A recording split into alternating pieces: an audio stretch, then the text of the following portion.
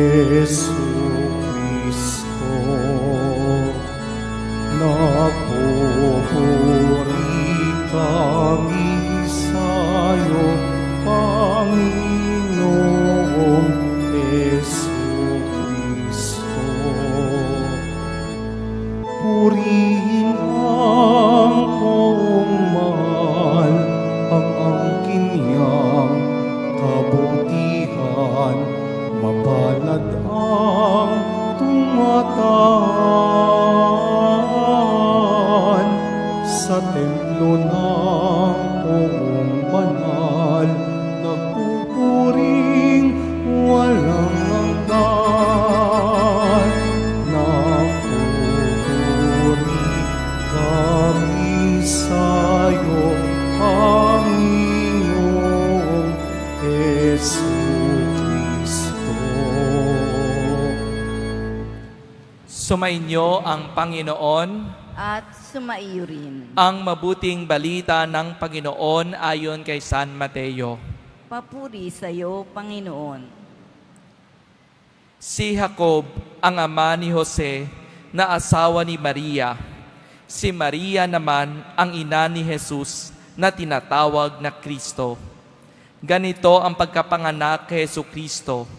Si Maria na kanyang ina at si Jose ay nakatakda ng pakasal. Ngunit bago sila nakasal, si Maria ay natagpuan nagdadalang tao. Ito'y sa pamamagitan ng Espiritu Santo. Isang taong matuwid si Jose na kanyang magiging asawa. Ngunit ayaw niyang mapahiya si Maria, kaya ipinasya niyang hiwalayan ito ng lihim. Samantalang iniisip ni Jose ito, napakita sa kanya sa panaginip ang isang anghel ng Panginoon. Sabi nito sa kanya, Jose, anak ni David, huwag kang matakot na tuluyang pakasalan si Maria sapagkat siya'y naglihi sa pamamagitan ng Espiritu Santo. Manganganak siya ng isang lalaki at ito'y pangangalangalan ng mong Jesus sapagkat siya ang magliligtas sa kanyang bayan sa kanilang mga kasalanan. Nang magising si Jose, sinunod niya ang utos ng anghel ng Panginoon. Ang mabuting balita ng Panginoon. Pinupuri ka namin, Panginoong Hesukristo. Magsiupo muna ang lahat. Magandang hapon po sa inyong lahat. Walang dapat katakutan kung may pananalig tayo kay Jesus Nazareno. Sa pagdiriwang natin ng dakilang kapistahan ni Jose, kabiyak ng puso ng mahal na Birheng Maria, maganda din pagnilayang ang sinabi ng anghel ng Panginoon sa kanya mula sa panaginip. Jose, anak ni David, huwag kang matakot na tuluyang pakasalan si Maria sapagkat siya'y naglihi sa pamamagitan ng Espiritu Santo. Naalala ko nung ako'y bagong salta dito sa Luzon bilang novice o seminarista namin sa Congregation of the Blessed Sacrament, naramdaman ko ang takot at marami din pagdudugda tungkol sa aking bukasyon. Kahit nakapagtapos na ako ng kolehiyo sa probinsya, hindi ko pa rin maiiwasan ang pagpatak ng mga luha sa aking mga mata.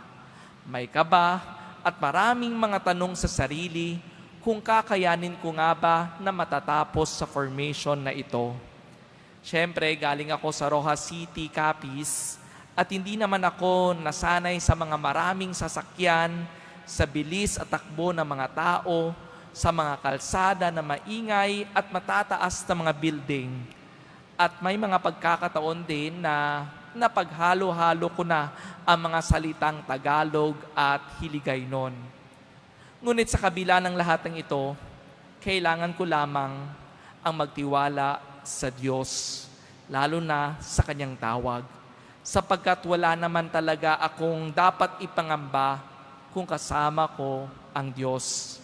Una pa lamang, siya naman din ang rason bakit ako tutugon sa tawag na buhay na ito.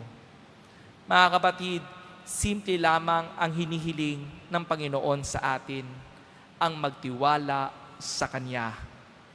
Kung babalikan natin ang kwento ni San Jose, ay hindi din mawala sa kanyang sarili na may pagdududa siya, may pag-aatubili, at mga tanong lalo na hindi nasunod ang kanyang plano.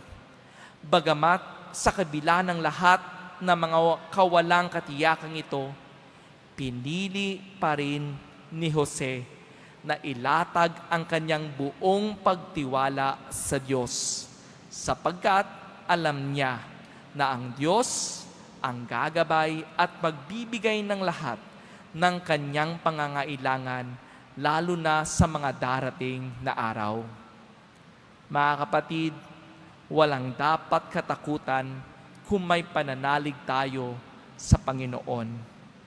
Araw-araw ay tinatawag tayo ng Diyos sumunod sa Kanya, maging mabuting alagad, mapagmahal na tao, iwaksi ang kasalanan at patuloy na alalahanin siya o pakinggan at balikan natin siya sa panalangin. Kaya huwag tayong matakot, tumagon sa Kanyang tawag na gawin ang lahat ng ito. At sana hindi din tayo magsawa na magdasal araw-araw.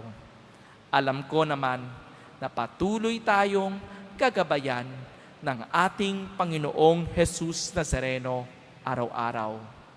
Siyempre, narito ang Panginoon, buhay, ang Kanyang awa, ang Kanyang pagmamahal, at hindi kailanman pababayaan tayo. Mga kapatid, katulad ni San Jose, naway lagi tayong magkaroon ng buong pagtitiwala sa Diyos at tahimik maglingkod sa Diyos, lalo na ang pagiging isang mabuting alagad ng Diyos. Manalig tayo kay Jesus, kahit minsan mahirap, pero ito'y nagdadala na may kabuluhan sa buhay. San Jose, ipanalangin niyo po kami.